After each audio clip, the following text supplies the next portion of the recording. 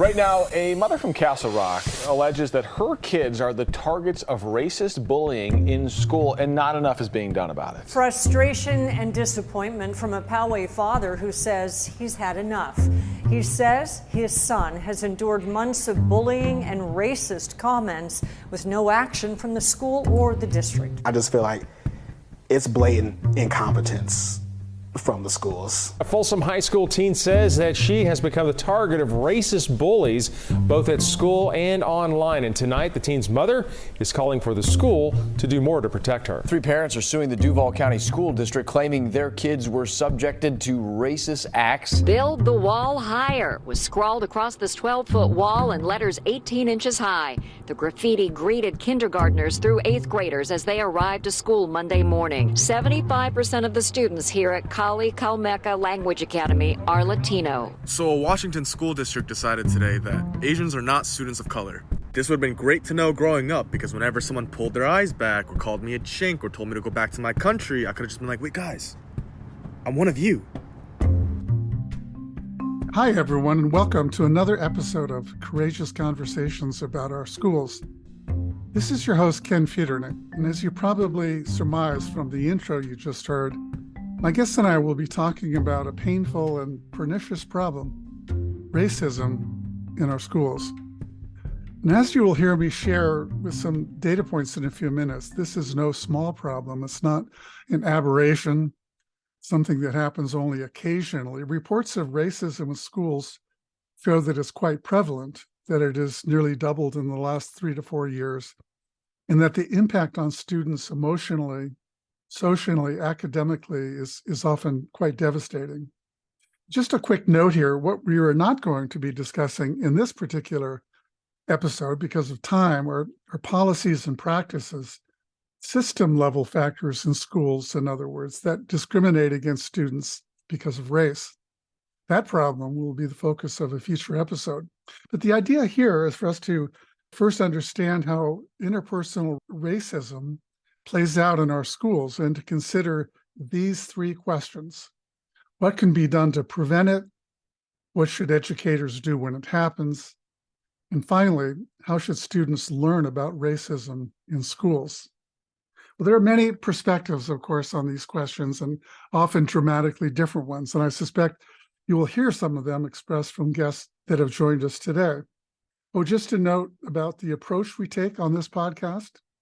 If you have not listened to other episodes, I've asked my guests to be part of this conversation, not as a debate to score points or with a sense of contempt for people with different viewpoints, but with a sense of empathy, curiosity, and a desire to understand the different perspectives that emerge. Differences of opinion, skepticism, healthy conflict about these complex questions are welcome, of course. Who knows, we might even discover some common ground. Let's take a moment to meet our guests. And Lori, I'm going to start with you. Would you tell our guests about you, where you're from, and what your connection to schools is? My name is Lori Gaddis Barrett, and I'm from Rhode Island. And I am likely one of what most people would call a COVID mom, where I started becoming more interested in education policy during COVID as I was watching my child learn through distance learning. Prior to that, I was the PTO mom. I was the one that went in and made sure the classrooms had Kleenexes and things like that. In the course of my advocacy and desiring to learn more about education policy and how to become more effective with my local legislators, I wound up founding a parents group. And that has been a really rewarding aspect to some of the advocacy work that I do, because I get to talk to so many great parents that are really interested and working hard to learn more about how they can help schools. Great. Thanks so much, Lori. Glad you're with us today. Kenan, I'm going to come to you next. Tell us about you. Hi, everyone. My name is Kenan Mackenzie DeFranza. I am the president of our North Shore branch of the NAACP here in Massachusetts. Also, career-wise length, an educator in K-12 and in higher ed. And I'm the founding director for the Tufts Generous Listening and Dialogue Center. And in addition to that work, Ken and I also met through some of that bridging work that happens with facilitation and dialogue. And I also have a podcast called The Aspiring Spirit, where I have these conversations about some of these challenging community conversations. Yeah, I was particularly drawn to what I heard you say and your interest in having conversations like this that allow people with different perspectives to listen and understand one another. So I'm really, really happy you're here. Chris, how about you next? Tell our audience or listeners about you. My name is Chris Kulesha. I am a scholar in child health policy at the Baker Institute for Public Policy at Rice University, where I study the social determinants of health in K through 12 education. So I work with various school districts doing evaluation projects to understand how certain interventions impact academic performance and student well-being. I have a 23-month-old son who is extremely energetic. My wife and I did our PhDs at Purdue University, and in my volunteer time, I am the executive director of the Texas Young Republicans. I'm serving in my 4th term as that. Terrific. Great to have you with us, Chris. And finally, Jordanis, tell our audience about you. And you're the one person who is currently still in high school. Hi, everyone. My name is Jordanis Lemma. I am a current junior in Pennsylvania. And a little bit about me, I am super passionate about educational equity. As someone who grew up and as a traditionally overlooked student, being first generation, being low income, I really found a passion in educational equity, and I want to make sure that every student is given adequate education. And in my community, I do that specifically through the Cultural Proficiency and Equity Student Ambassadors. And with that group, we teach students self-advocacy skills and give them the tools that they need to make sure that they advocate for themselves and for their peers. Well, great. Thank you for that. So I want to begin the conversation about racism in schools by having each of you talk about how you have been affected by racism when you were in school, or in the case of Jordanis, while you are in school. Lori, I'll start with you. Okay, I grew up in a very small town in a northern New England state, which wasn't Rhode Island. And when I went to school, there wasn't a lot of diversity. And it just so happened that one of the most popular girls in my grade was a member of what I would now call the BIPOC community. And so for me, when I was growing up in school, we just didn't see that, or if we did, it didn't seem to make a difference to our friendships and relationships. But I see a different thing happening in today's education with my own daughter. Mm. And in the work you do in schools where you are now in Rhode Island, have you witnessed racism, or I'm sure you've read about it happening in local schools? Is that true? Yes, and it's happening more pervasively than I would have expected, and I have some theories on why that might be. But I also I get concerned sometimes about the allegations or accusations of racism between the students themselves and what that looks like. Great. Well, I'm sure we'll get an opportunity for you to talk about that a little bit later as we get into some of the other questions. Kenan, I'm going to come to you next. Share an experience or an observation you've had with racism in schools. Sure. Well, my name's pronounced Kenan. I'm named after my parents, Ken and Ann. I have a lot of experiences, so I'm trying to keep it specific. One of them I would say was with my son. We were at a school where we were probably the only Black family, or maybe two, in a particular independent school class. And he came home saying that children were telling him that he was covered in mud, that he was dirty, that his skin was dirty. And he didn't actually understand what that was or why they were saying that. We had not talked about race in our household. We didn't use the terms Black and white. We intentionally didn't want him thinking about the world that way. I'm also from a country where racism was just not a thing I knew about when I was a child. And I felt like it benefited me to be unaware for a while about those things. And so I was really distraught that he found out that way, that people thought there were skin color differences that were negative. And so the response from the school was really great. We got together as parents and basically talked openly with our children about what melanin was and what the differences were and so forth. But as a parent, it was very painful because he had nightmares for a while. He was afraid that his white friends would suddenly not be his friend, and he was only 5.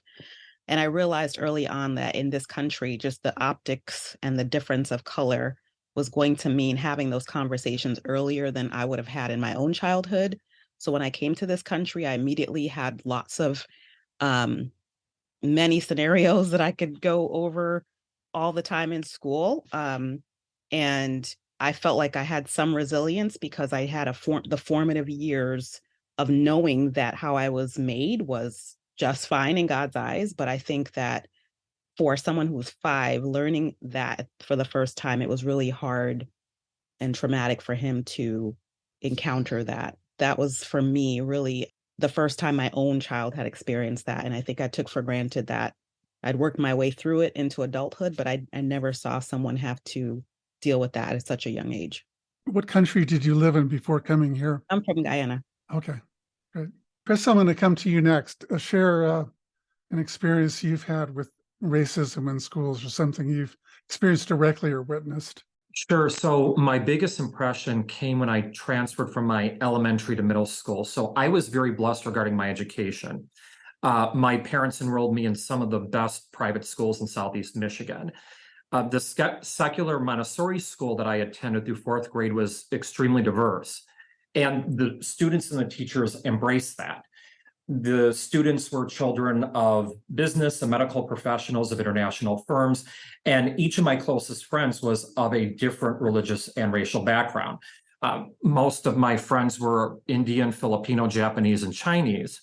And growing up, I went to each other's, their houses and celebrated Diwali and Lunar New Year with them. So I was very fortunate with my elementary school experience. However, my Catholic middle school was quite different. Catholic middle schools can be incredibly diverse. The one that I attended was not. And when I made the transfer, I was honestly very shocked about the lack of diversity and how few non-white students and teachers there were. The diverse classroom that I knew before just did not exist. And the school environment was far less welcoming and accepting, and it was incredibly cliquish. There was no emphasis on celebrating different cultures. My Catholic high school, however, there was much more diversity. Now, reflecting on that, I'm very concerned about my son's education. My wife is Latina. So my son is both of Mexican and European background. He attends an incredible Montessori daycare right now where he's learning both Spanish and English. But I want him to have the same experience that I had in elementary school. And I want him to be accepted wherever he is and be accepting of others as well. Thank you for sharing that, Chris. Jordanis, we're going to come to you last and have you share an experience of your own about racism. The first thing that came to mind when I heard this question was around when the Ebola outbreak first started to happen. I was in elementary school, and my family comes from Ethiopia, a country in Africa.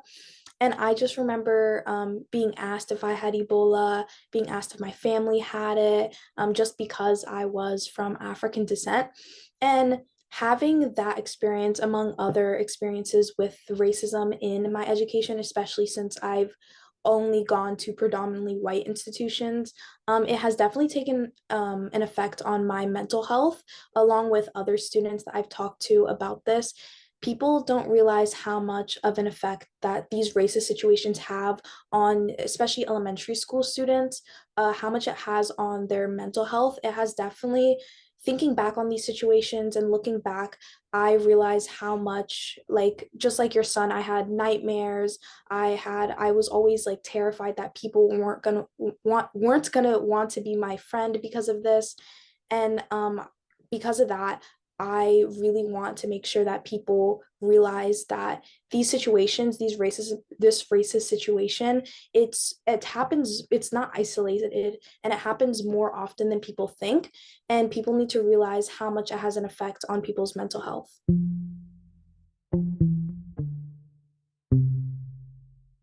I want to share some background information related to this whole question we're talking about. And as you'll hear, some of it relates to what Jordanis was just talking about in terms of the impact it can have on mental health. But the number of schools reporting a hate crime and the number of physical attacks with a weapon nearly doubled between 2000 16 in 2017-18, according to the U.S. Government Accountability Office. In the 2017-18 school year, nearly 6,000 hate crimes in schools were reported. These are criminal acts, not just what some people refer to as racial microaggressions, which by many accounts occur with great regularity in schools. Encountering discrimination, especially racism, has long been associated with negative effects on overall well-being, such as higher levels of stress, poor cognition, anxiety, depression, and substance abuse.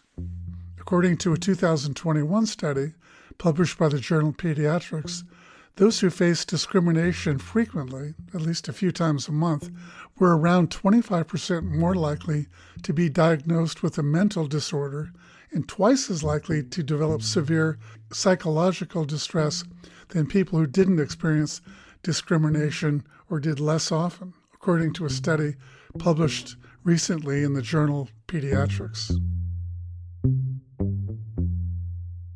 So now I'm going to ask each of you to describe one thing that you think schools can do to prevent racism.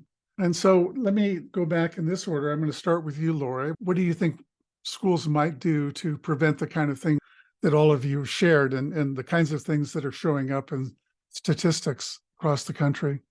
The question was, what do I think schools can do to prevent racism? And I think that schools can't prevent racism. Racism is something that's taught at home.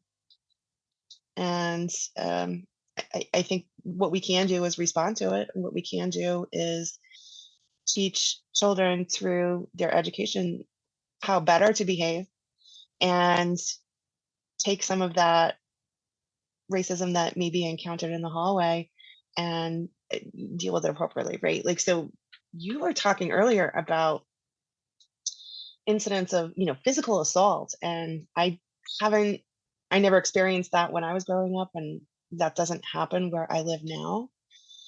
So I don't know that I could speak to that. Most of what I hear about are reports about the microaggressions, and the schools are dealing with it through the, some social emotional learning.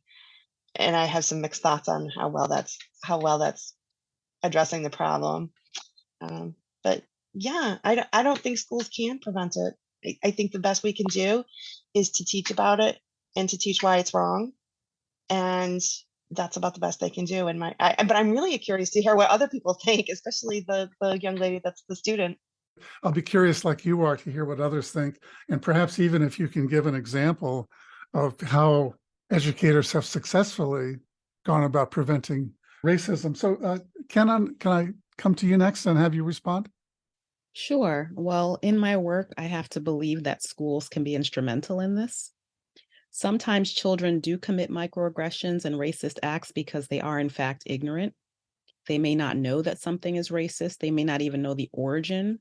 Sometimes children say the N-word just for the reaction, not knowing the origin or how painful it may be to someone. As an example, going back to my son, the child in this case was suffering from a lack of either exposure and conversation. So when I met with his mother, who I actually was friends with, and we didn't realize it was each other's child, so we figured that out. She said, well, I asked him where he got that idea, and he said, well, every time we go to Whole Foods and we see the signs for the children who are like dirty and starving and poor, they're always dark.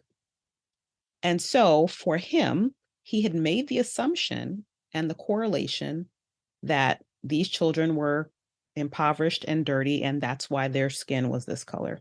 And therefore, anyone else he saw of that color, again, belonged to this category of people. Now, aside from my family, she admitted that there were no other people that he interacted with of color.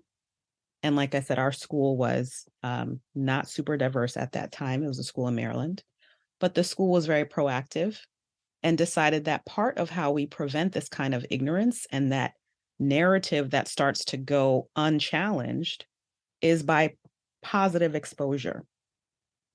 So one of the things that people do who are trying to confront their own biases is they allow themselves to engage with things that challenge the biases they have. So for example, My husband's Italian. So when we travel, we go to lots of places with Black culture and history and people, partially because it's our family narrative and our norm to make that just normal. So this mom and I took our idea back to the school, and this was 20 years ago. They started a diversity reading club, if you will, not as broadly defined as we do today, but with the objective of helping a multicultural community to understand one another. So they changed the toys in the school so that there was more visual color diversity in the dolls and the different toys. They asked families to bring books in. We had many different faith communities as well. So they asked them to bring in different books. We started to be more deliberate about honoring different faith tradition celebrations, etc. So the objective was to get ahead of the narratives that happen when you are socially isolated from one another. It's much easier to come up with racist notions and believe they're true if the only place you get your information from is TV or negative news. And so part of what happened with social segregation through housing and policies and laws is that it made it easier for those things to take root. And so as we unroot those things, and in our schools, we allow for that sharing of our differences around, our ethnic, cultural, religious differences and so forth, teachers have a big role to play in that. And we're not even talking yet about practices that can segregate children within schools. That's probably another podcast.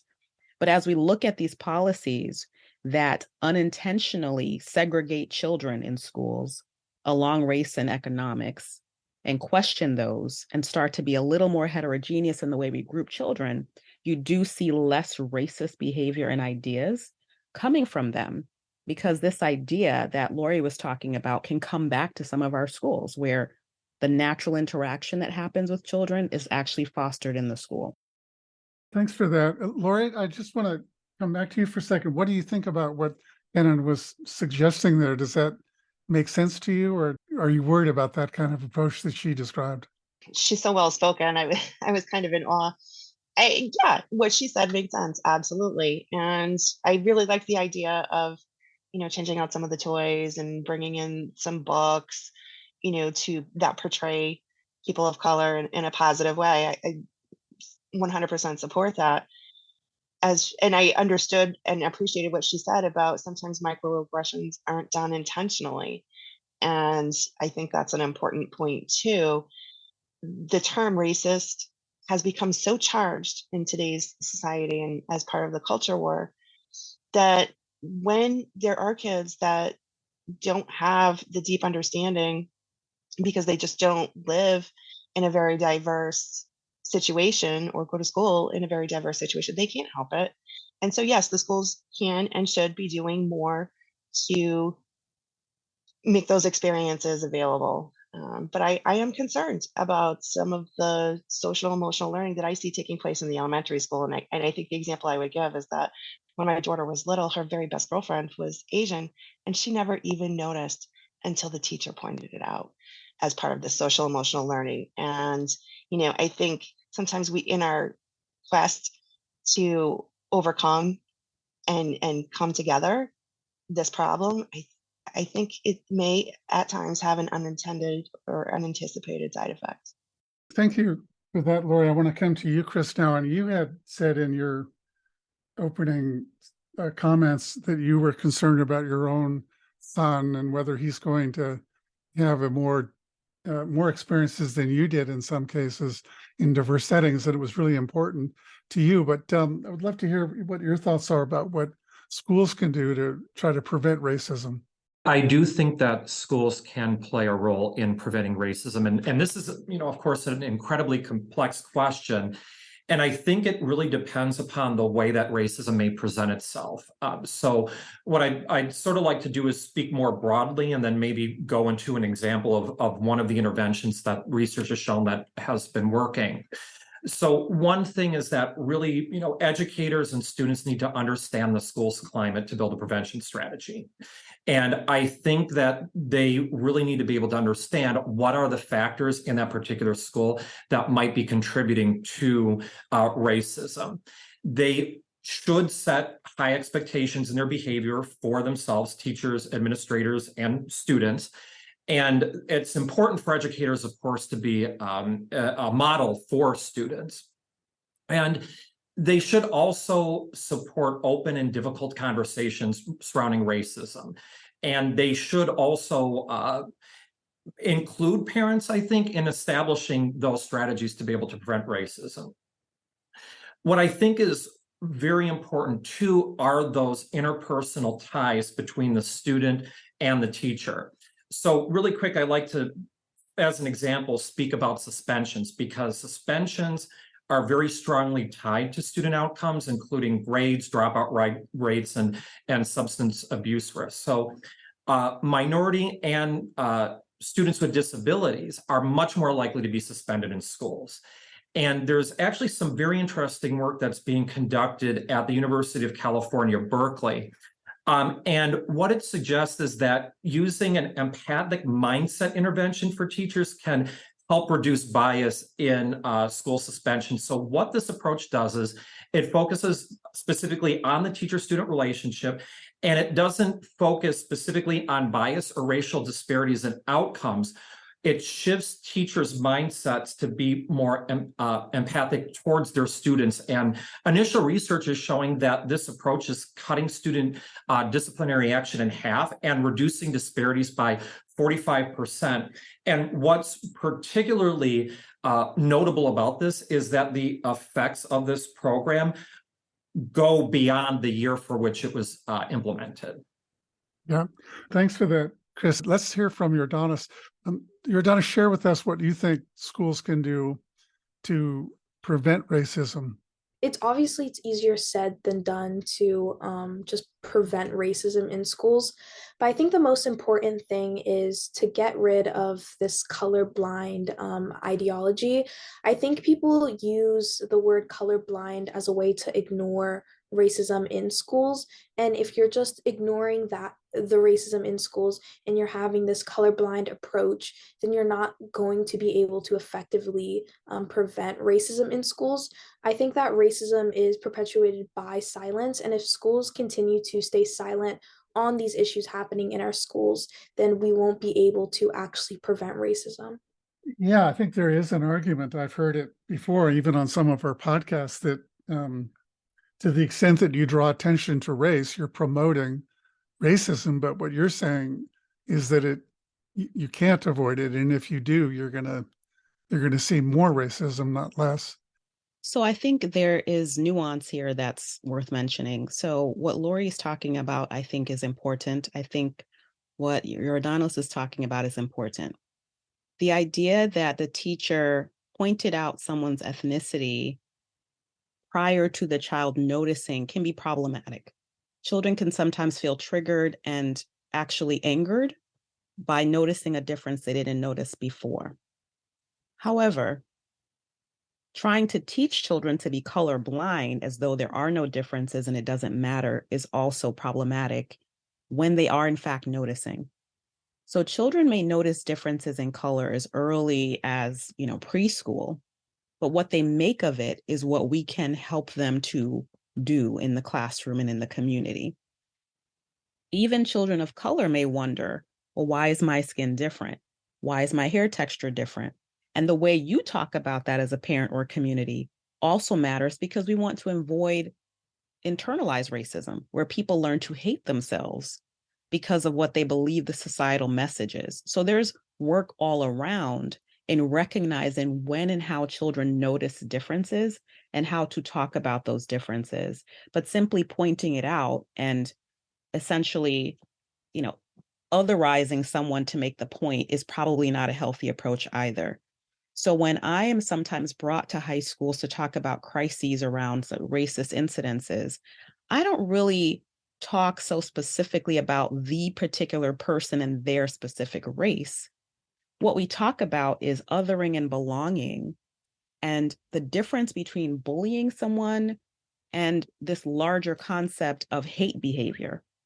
And a lot of times, parents, in an effort to understand this, minimize it and say, well, it's just kids being kids and taunting each other. But it's another layer of harassment to believe that who you are, what you look like the minute someone sees you, makes you a target and therefore it extends to your community and your family, is a very different level of fear and trauma that you must live with. So the idea that children can perpetuate that is obviously very dangerous, but we have to move the conversation away from just childhood bullying. It's not the same to make fun of someone's lunch as it is to make fun of their lunch because of the country they come from and the people they are and the ethnicity and the things that are attached to that.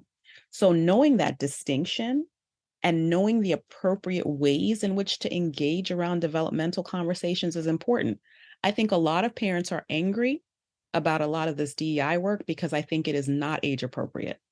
I think it is not done well. I think some of it is very, very far flung from what we were originally trying to do. And I think a lot of it adultifies our children. So I actually don't like a lot of it. I don't call myself a DEI expert because I don't want to be attached to some of these things that I do not agree with. But do I believe in racial justice? Yes. Do I believe that people should not hate, not perpetuate oppression and marginalization? Yes. But there are ways to do it, and we should do a better job of helping people to appreciate that there are developmentally appropriate ways to go about teaching difference. And I think parents are right in many cases to be angry about the ways in which we're going about it. I want to call attention to a couple of things I heard just now from Kenan. First, rather than just expressing her own opinion on my question, she first acknowledges Lauria's point and Jordanus's points as being important, and she addresses what they have to say. That may seem like a small thing, but from a bridging standpoint, it conveys to Lori and Jordanus, and Chris for that matter, that she's listening to them, that she cares about what they think. And then she goes on to offer a very nuanced analysis of the problem of racism in schools. She also does something else that takes some courage. She expresses what she thinks are weaknesses with many DEI programs that many liberal educators and parents like herself strongly support. That's also something that is likely to encourage others in the conversation to do the same themselves.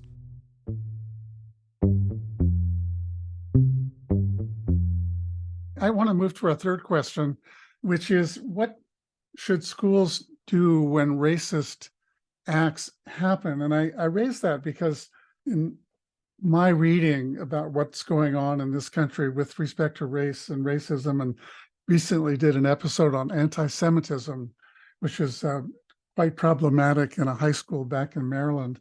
There are some schools, many schools perhaps, that don't really have explicit policies or haven't done a lot with their staff and with parents to come up with policies and programs and ways of reacting when things come up. And I think, Kenan, as you were describing, there's a whole array of things that can happen, from just sort of common everyday bullying, which doesn't necessarily rise or isn't the same thing as bullying someone because of where they came from or what their skin color is. But just would like each of you to just comment briefly on this question of what you think schools can and should do when racist activity occurs in a school. So what should schools do? Somebody mentioned earlier about the suspensions and how that is an indicator of not only a potential outcome, but how what we see across the country is that it's the students of color that tend to get suspended at a faster rate. So in the interim, I think diversity, equity, and inclusion programs are really important. And I'd like to see the inclusion programs include disability.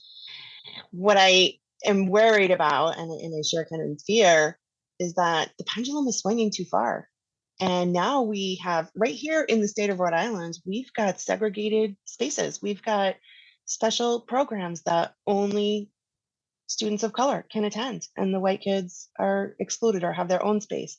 We see that not just with the children, but with the teachers.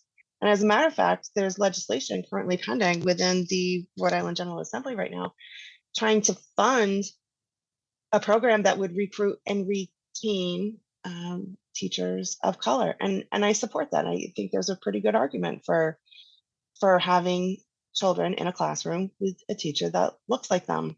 But I wonder if we're placing too much of an influence on skin color and not enough attention on the actual education.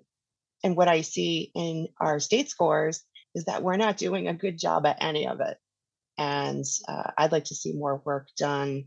I'd like to see less of a focus on DEI, so to speak, and more of a focus on education. And I think if we did that and also were sensitive and said, hey, kids, certain foods are associated with particular ethnic groups, and maybe you should be aware that that might hurt someone's feelings, and we don't want to hurt anyone's feelings, and just leave it at that. Thank you for that. Jordanis, I'm going to come to you next. I'd love to hear your thoughts about maybe one thing schools can and should do when racist acts occur. So I think it's important that schools take accountability for the racist situations happening. I mean, even today, we still see some schools ignoring situations. I've seen teachers ignore racist situations in my own school district. And I think that it's important to first take accountability of the issue. And once you take accountability of the issue, then you're really able to have an open conversation where you're able to talk about like what actually happened and what practices can we make to resolve this issue happening. Great. Chris, your thoughts on what schools should do when racism occurs? Sure. Just to echo what was just said, teachers and administrators need to acknowledge when something happens, and they can't try to deflect responsibility, right?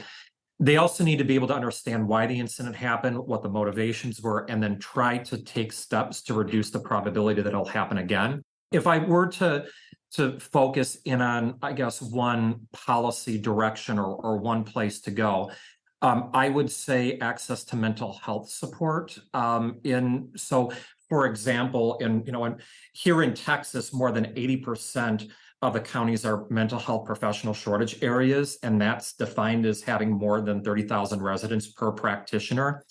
And what some of my work has seen is that even when there is mental health or there are mental health services in a particular school, and those services are even at the levels that you would expect them to be, students are not always they're not always willing to approach those services. And mental health professionals need to be able to train to handle incidents of racism and should be able to contribute to a school's culture.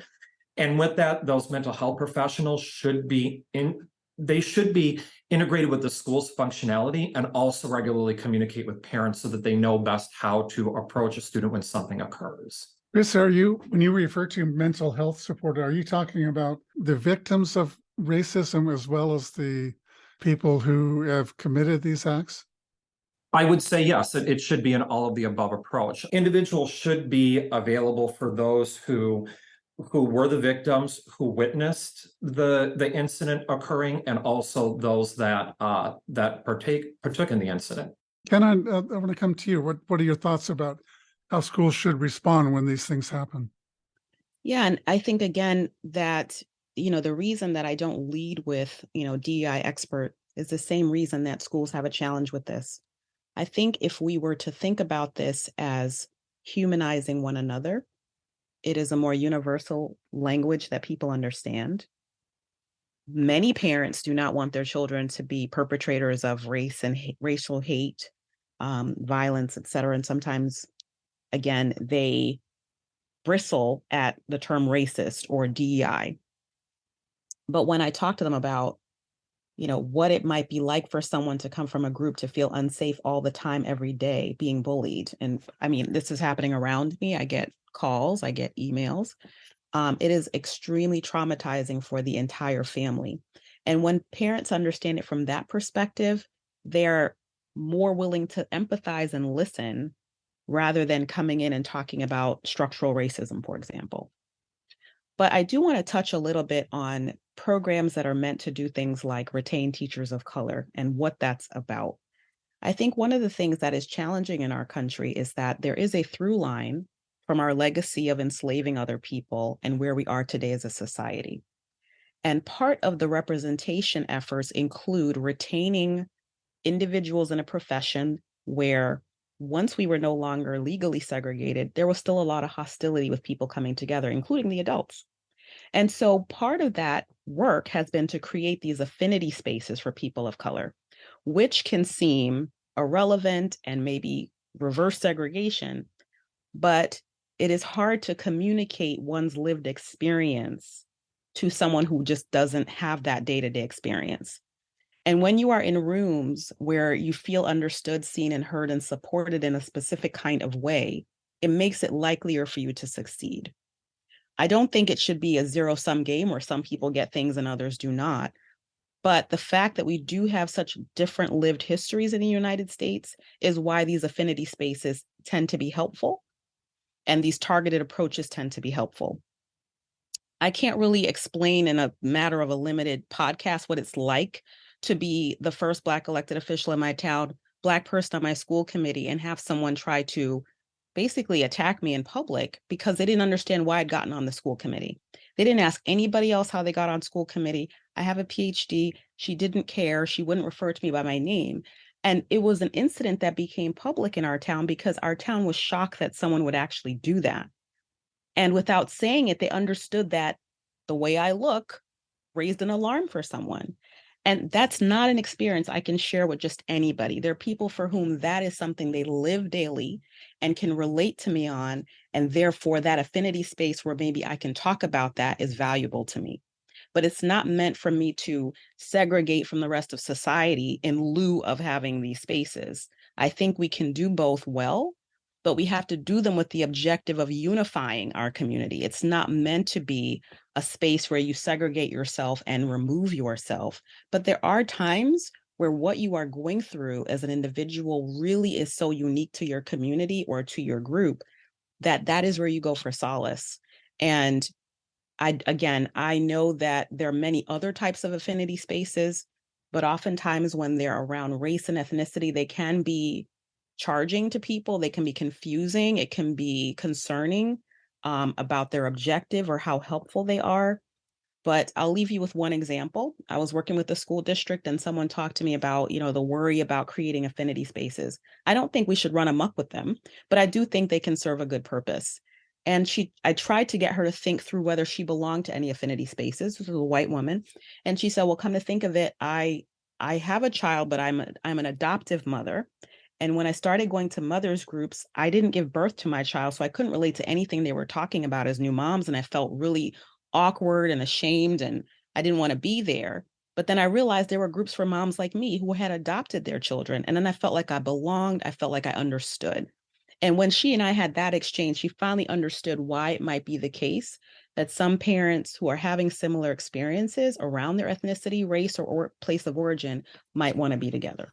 Thank you so much for sharing that. And Lori, I want to come to you, and I see your hand is up because you had expressed some concern about what I think Kenan is referring to now as affinity groups, and worried about the thing that she actually addressed in her comments, which is it could look like it could be divisive, and yet she was describing it as having another purpose. I wonder what your thoughts are about what you just heard.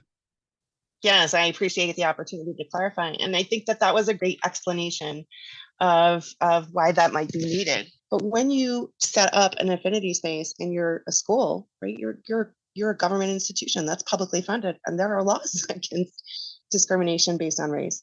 And so if parents want to get together and say, hey, we're going to meet at Starbucks and have coffee and have a conversation, that's one thing. If teachers want to do the same, that's one thing.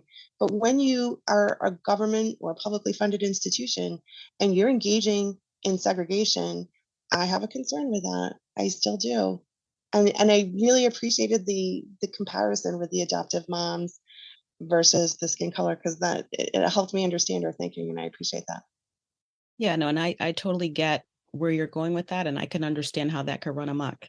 And I do think we have to be careful about the objective of the spaces. And I do not believe you can bar students from participating in those spaces. Obviously, with the name of it, like if you're in the Glee Club and you hate singing, you may not want to go.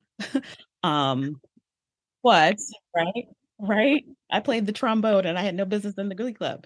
But I don't know that you can exclude students on the basis of their race and interest.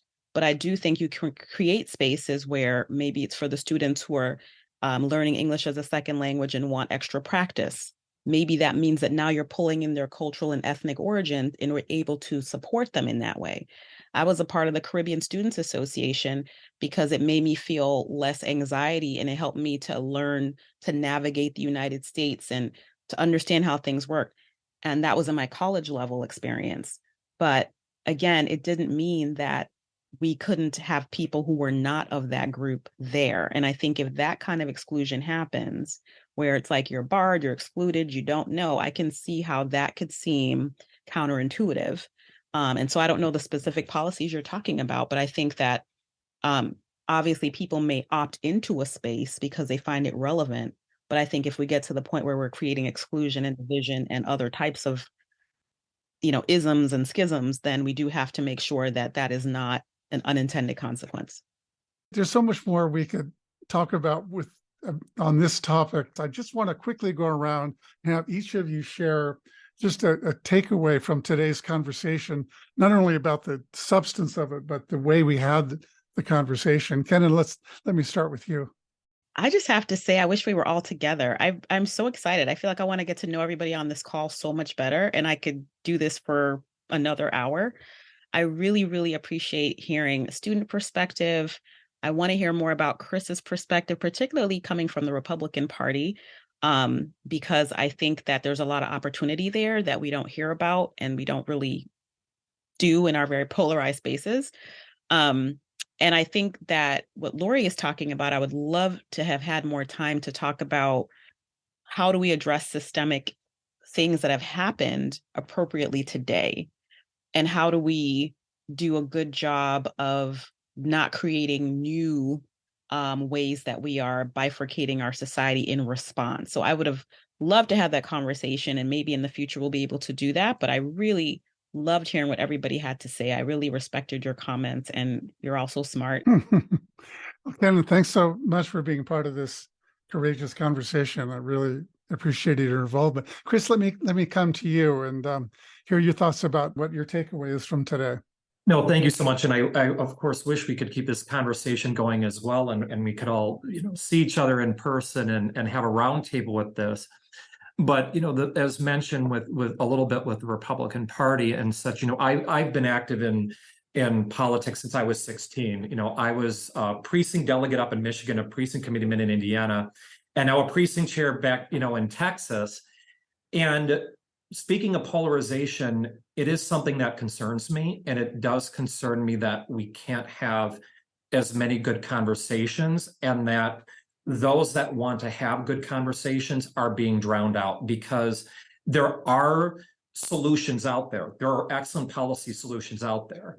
But oftentimes they're not discussed because it's really just individuals yelling at each other, right?